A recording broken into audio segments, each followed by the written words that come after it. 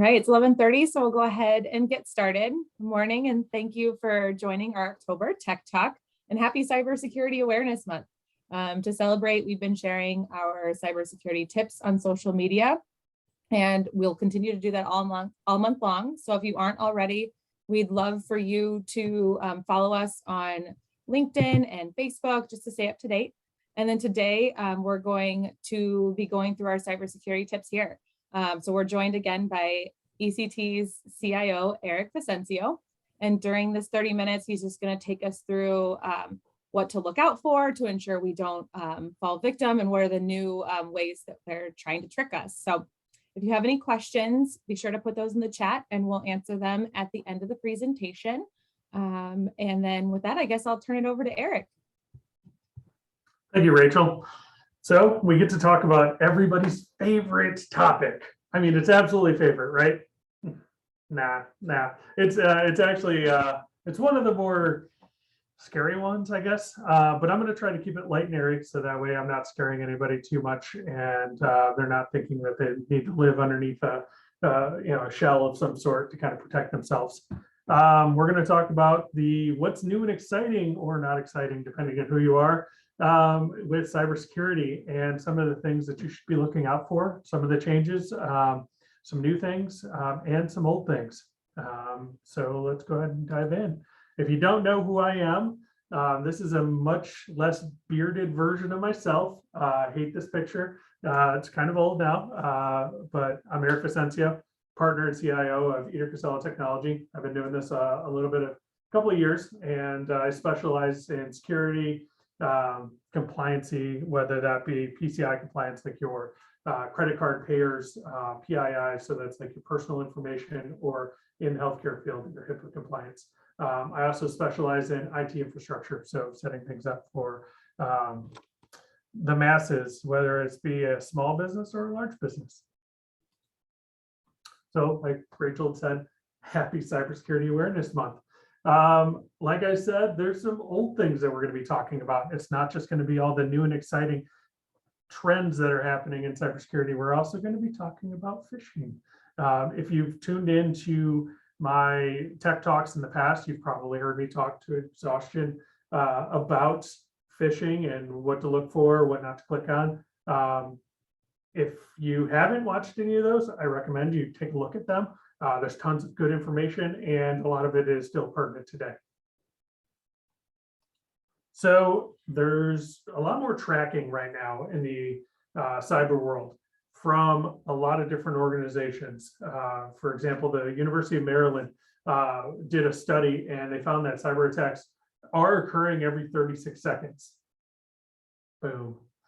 That is 2,244 per day. Okay.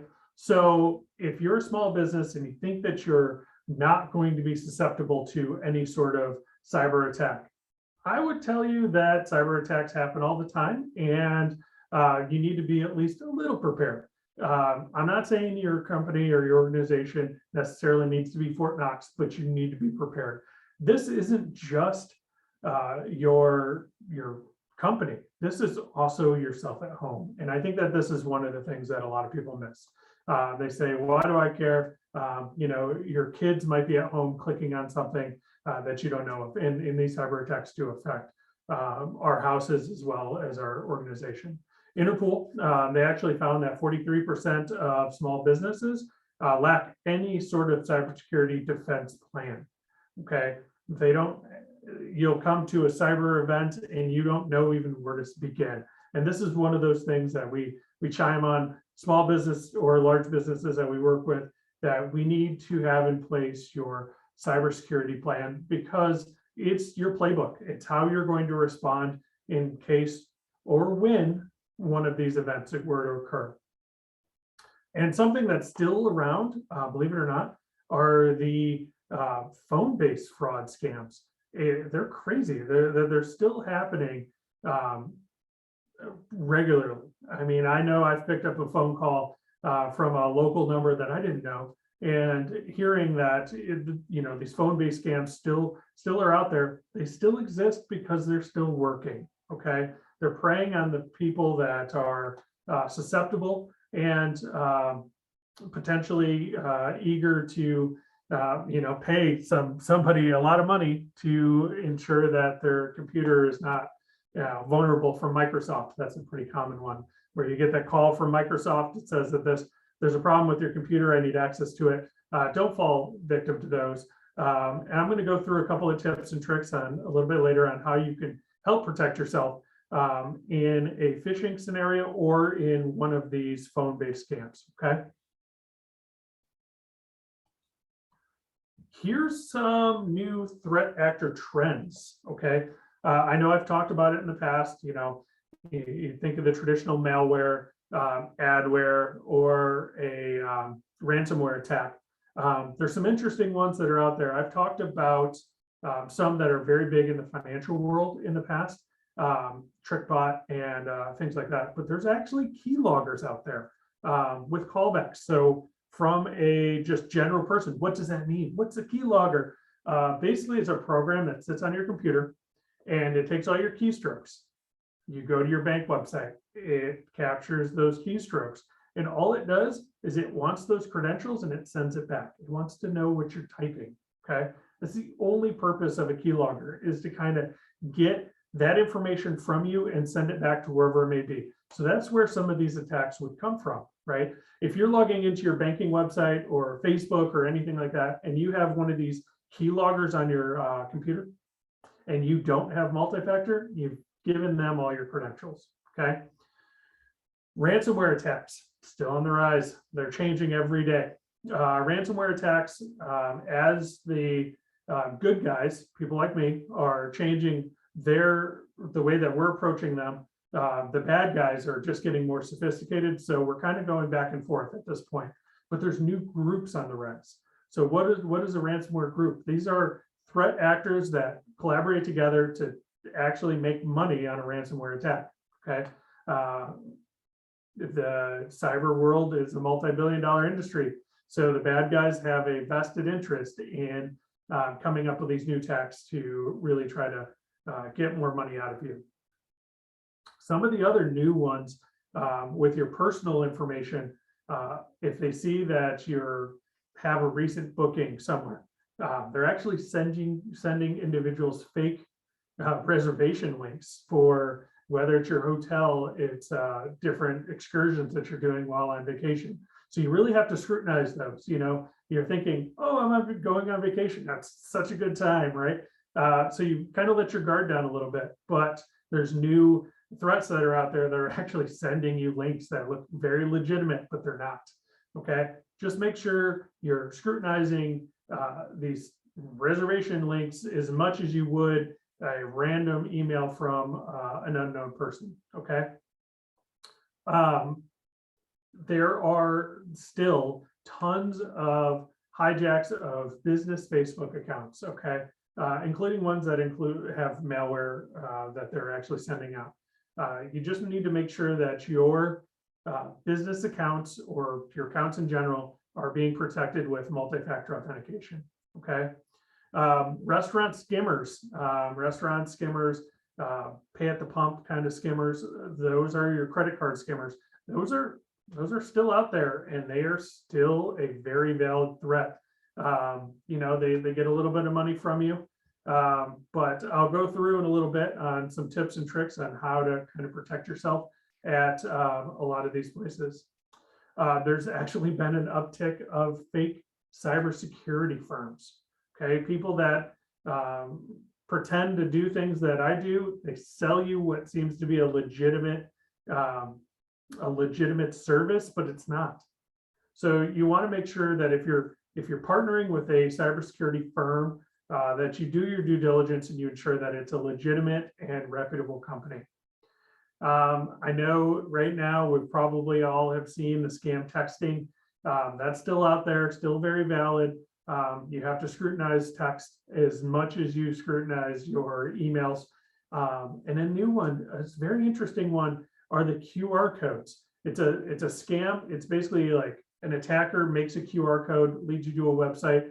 Don't always trust the QR codes. I think when the technology first came out, it was like, oh my gosh, this is so cool. It's a QR code. I can get everything from it. But threat actors see the same things we see, right? And they'll look for any sort of vulnerability that they can try to, basically capitalize on. And QR codes are one. It's newer. A lot of restaurants have them on their tables now for menus, but all it takes is an attacker putting a fake QR code on the table, and boom, there you go. Some people just want to watch the world burn, as I like to say. So you need to make sure that you're ready to put out some fires. Okay. So phishing, social engineering, basically the exact same thing. Whether it's a text, if it's an email, any of those pieces that come to you. So it's all social engineering. Basically, they're trying to manipulate you into taking an action that you wouldn't elsewise have done, right? And how are they going to do that? They're going to have an urgent request. They're going to basically have something that feeds to your emotion, your fear of missing out, or your, something's wrong. So they're going to try to get at your heightened emotions at that time. So urgent requests, no matter what they are, you really have to scrutinize those probably the highest amount, right? That should hit a red flag in your head that says, hey, this is urgent. Why is it urgent? Okay. Anything that heightens your emotions whatsoever could be a lost puppy. You never know what it is. Also, social engineering, these people often cannot prove their identity to you. The really, really, really good targeted attacks may be able to prove it to a minute amount, but eventually, if you do interact with somebody that's social engineering, maybe it's not a phishing scam, maybe it's somebody that is physically at your organization, right? We have to think about social engineering on that aspect as well. Somebody that comes in and acts like they're IT or from ComEd or Comcast, whatever it may be, that's just trying to get in there somehow, right? Often they can't prove their identity, and the easiest way is usually to pick up the phone and make some phone calls. So if it is somebody that's claiming to be from your IT company, call your IT company. Say, hey, I have so-and-so here. Is this person supposed to be here on your behalf? The other thing that comes along with social engineering, it could be your friends sending strange messages. You have to scrutinize those as well. You probably have had hundreds in your lifetime of a friend, an acquaintance, sending you a strange message that you weren't expecting, right? That's the next tab. Weren't expecting at the time. So you really need to make sure you are making yourself aware of, your surroundings at that point. All right. So phishing, still the most common way for a threat actor to gain access to your organization. These are more often than not, coming in as links to social media, voicemails, scanned images, any of those things. Okay, you really have to, like I said, watch some of my old videos, or if it interests you, I'd be willing to host another presentation just on phishing, because I think it's constantly changing. So we always have to be, improving our trade in terms of ensuring that we are keeping our company's best interest or our personal best interest at top of mind, to ensure that we're not clicking on something inappropriately. Spear phishing, this is a very targeted attack. They tend to grab public information about you to then attack you to try to get you to click on something.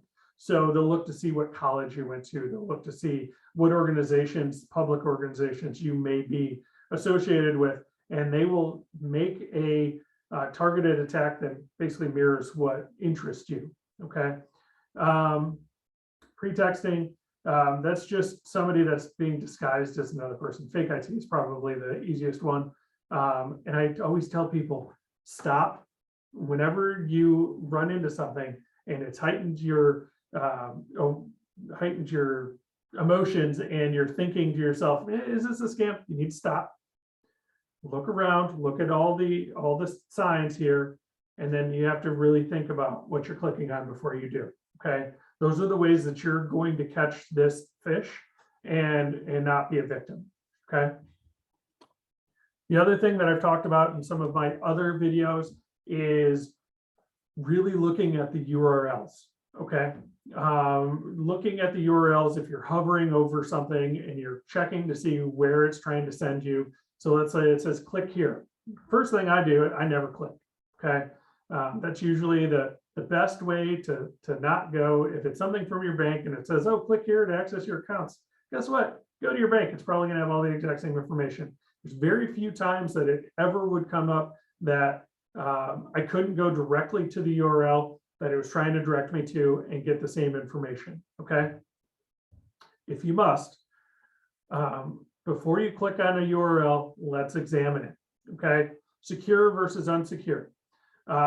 In my example here, HTTP versus HTTPS. Okay. HTTPS is the more secure. It actually has a certificate behind it, and that certificate has to be issued to a company. Okay. This isn't always going to catch a fish, right? They could still commandeer, take over a secure site. So, but your first thing you do want to look at is whether or not it is going to a secure site. HTTP is not as secure, so it's a little bit harder for those attackers. So here, my legit site, edercasellit.com. That's my website, okay? Fake site, eder.casella.it.com. Someone could make an actual subdomain. So the actual domain name here is Eder, okay? Casella IT is the subdomain, so it looks like mine, but it's actually not, okay? Same thing with the one below it, eder-casella.it.com. It's just a play on the words. The misspellings is probably the hardest. I went to a Rockford public school, don't hold it against me. So spellings often aren't my thing that I can figure out, right? Or I look at it really quick and I'm like, oh, it's fine, it's totally legit. But you have to really look at it. In this scenario, it's eber-casella.it.com. You see this a lot with like UPS. They do a little play on the words. But again, don't click on it unless you absolutely have to, okay? Go to the websites. If you get an email from some provider, just go to their website and log in. Use your credentials to log in, okay? Don't click on any links. That's the easiest way. If you ask my wife, she'll tell you she never clicks on anything. She'll delete it and she'll go to it. And if it makes her delete it, or if it's trying to make her click on it for whatever reason, maybe it's not accessible, she's like, well, I don't want to do business with that company anyway. So it's quite funny. Okay, let's talk about insider threats. This one's a new one. I haven't talked about it too much. It's kind of something relatively new, and it's kind of hit a lot of people like me. Like, we have to know about what's going on. Insider threats, your employees being paid for information. It's kind of crazy, right? Being paid for a breach. So threat actors are approaching your employees, and they are, basically being paid for information or to breach a company, help them breach a company. It's kind of a crazy thought, right? There's also accidental breaches, right? That's if somebody accidentally clicks on it. These are the hardest to prove anything, right?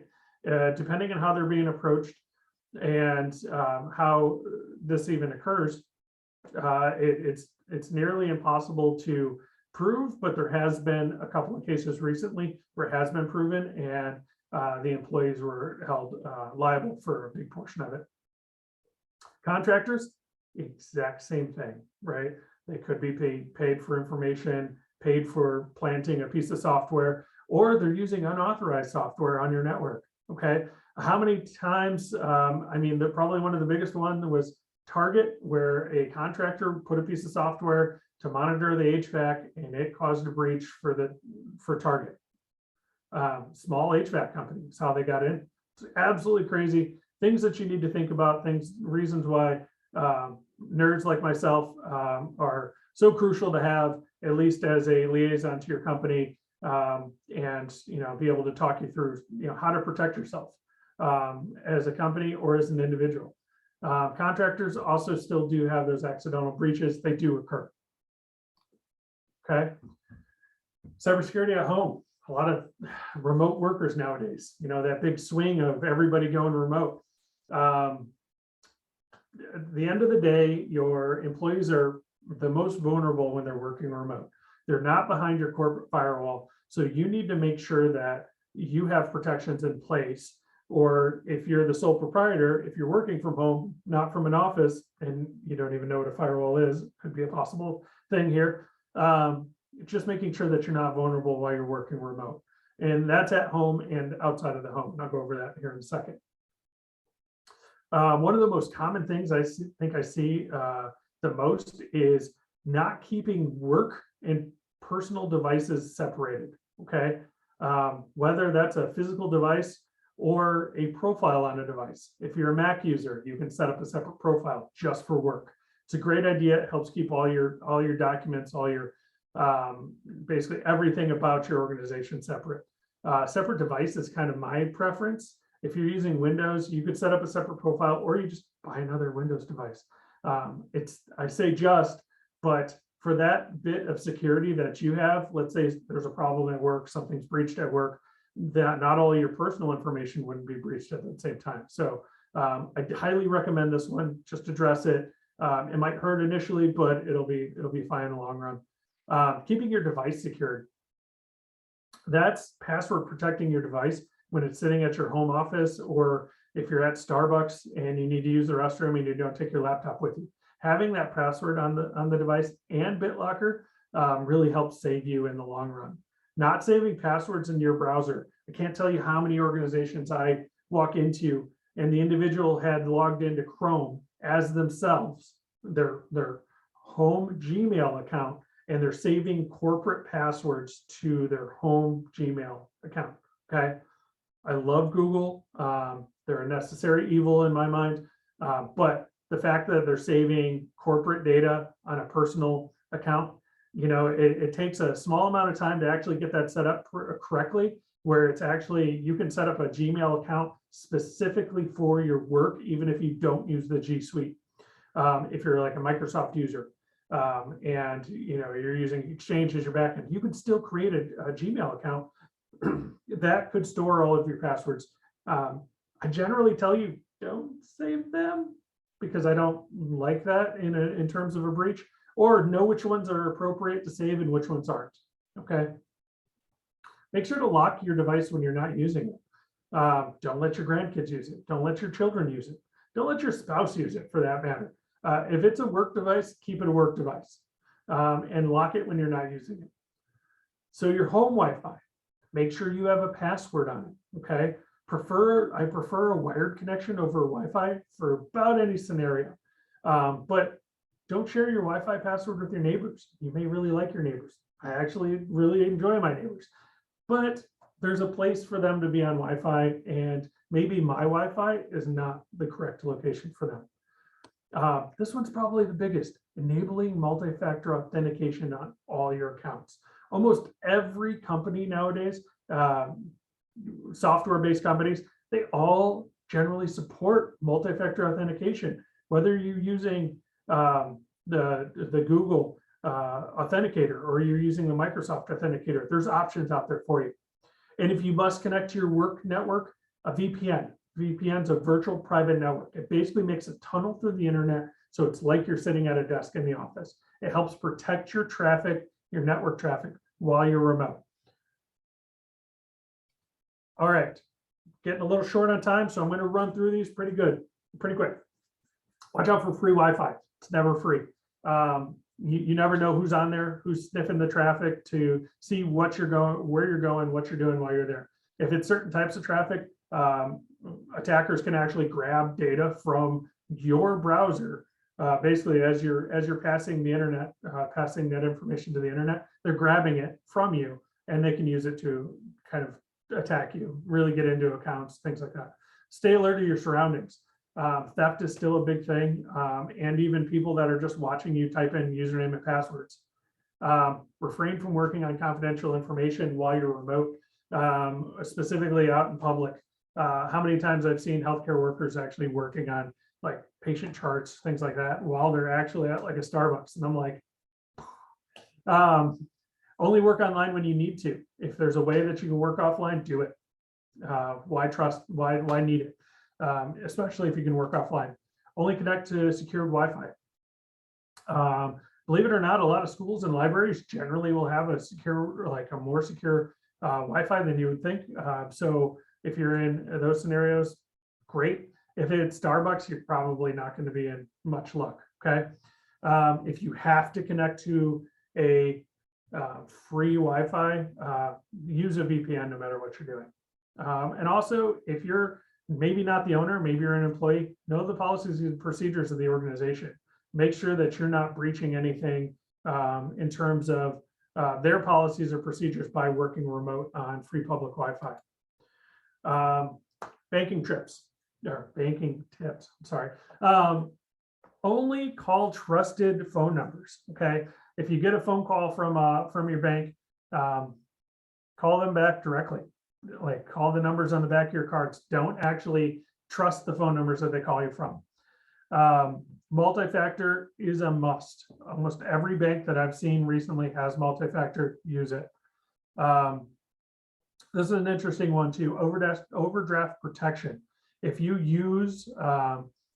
have overdraft protection and it's on like your main savings account, make a separate savings account just for that overdraft. Put $1,000 in there. Just don't think about it. Just let that, if an overdraft were to occur, let it hit that account, not your primary accounts, because if a threat actor was in there and was, basically draining all the money out of your checking account, and it was hitting your savings at the same time, that could become a real big issue real fast. So harden your accounts. Turn on features that require you to come into the bank versus transfer money out remotely. This would be if you lost your credentials, multi-factor wasn't turned on, and a threat actor got in and they were transferring money out of your bank. There are certain accounts that you can get that will make you come into the bank to actually do that transfer. There's more virtual banks nowadays, so it might not be as much of a good idea, but it's something to think about if you have a local branch that you like. Separating your banks, so you have two different banks for, put your credit in one, or your checking in one, your savings in another. Always a good idea. You diversify, you actually have, at least a layer of protection, given that you're using different username and passwords for each, and multi-factor. Just different things you can think about. I tell people almost every time I see them using a debit card, get rid of it. Don't use it. Don't get rid of it. Just don't use it. Use a credit card. There's protections that come along with the credit card versus using a debit card. Virtual credit cards is now a newer thing. Virtual credit cards basically allow you to make a sub card off your main credit card. So if you're going to buy something, I would say from a sketchy site on the internet, maybe not a good idea. But if it's something that you want to do, maybe it's like a t-shirt company, something like that, they'll allow you to make these virtual cards. Only certain providers will allow you to do this, and it's not everywhere. But if you can, it's great, because if they breach that number, it's not associated with your main credit card number. Okay. Use near field payments. People are like, what's this? Apple Pay, Google Pay. Lots of times it's password protected. I actually use near field payments like Apple Pay when I'm at the gas pump, because it's more secure than actually using a credit card. Okay. Limit your personal information that's out on the web. Google yourself. It's great idea. You can see generally what's publicly available for you. Turn on the privacy features on your social media. This helps protect a lot of your personal information. Don't put anything out there that you don't want people to see or would be a problem. A lot of people like this one, the creating a spam email account. I actually have a junk mail account. It's very much Eric's junk mail in the name. And last but not least, make sure to scan for breach data. I like LifeLock and ID Shield probably the most. I don't do anything. I don't resell these. You can go buy them from whomever. If you're interested in ID Shield, you have to get it through somebody. I actually know a guy. I actually subscribe to this. I really like it. It gives me like a monthly report of everything and my family and my daughter. So, all right. Last slide. Promise. Sorry, going to be just a little bit over here. 4 ways to increase your cybersecurity. Okay. Turn on multi-factor. Talked about this already. Okay. Duo is a paid one. Google Authenticator, Microsoft Authenticator, and LastPass. LastPass is still out there. It's still great. It's actually a password manager, so I really like that one as well. Update your software and hardware. Turn on auto updates of everything. Okay.